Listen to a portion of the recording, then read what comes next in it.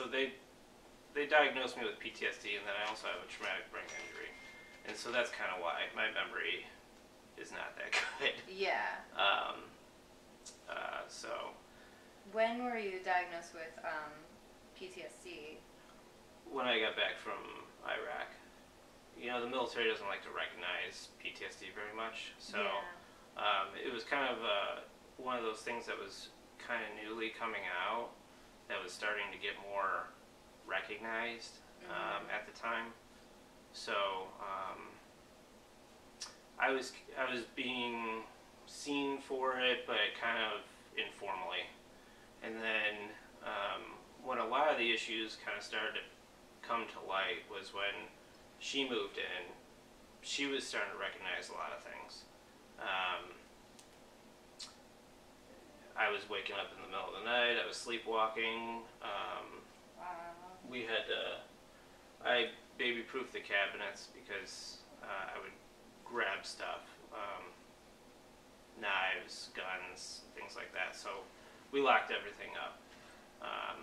Luckily, you know, it wasn't anything that, I think it was more of a protection instinct towards her, but we were just taking precautions. Nightmares is a pretty common thing, obviously. Like contact between people, as far as getting too close to people that I don't know, it's an uncomfortable feeling.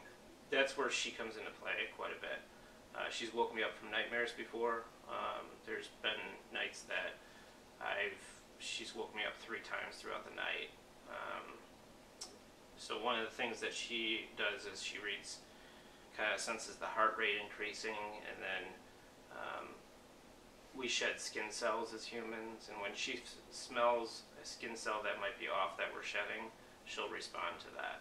When she smells something that might be depressed, because it could be instantaneously, she responds to it. So, I mean, even with her, she's starting to pick her up. Since she's having contractions, she'll kind of pick her up and start licking her or something like that. We haven't gotten out of bed, sleptwalked or anything like that. Honestly, I think she's prevented that from happening before it happens. So she's the hardest thing to keep in mind with, you know, with service dogs is they got a job to do. They're constantly doing their job. Yeah. And they're a tool when they're outside of the house. When they're at home, they, you know, are part of the family, and they're just, you know, as personable as anybody. Some of the guys that were down there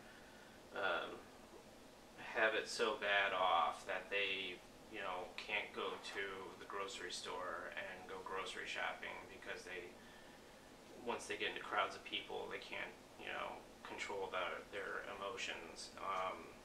So some of these guys, it was walking into Target or Publix down there, or Walmart, walking into those places with the dog might have been their first time in like 3 years, 4 years, because they've just isolated themselves. Simple things that we, you know, take for granted every day, and then something like, you know, this happens, and it kind of takes away those freedoms. So it was difficult for some of those guys.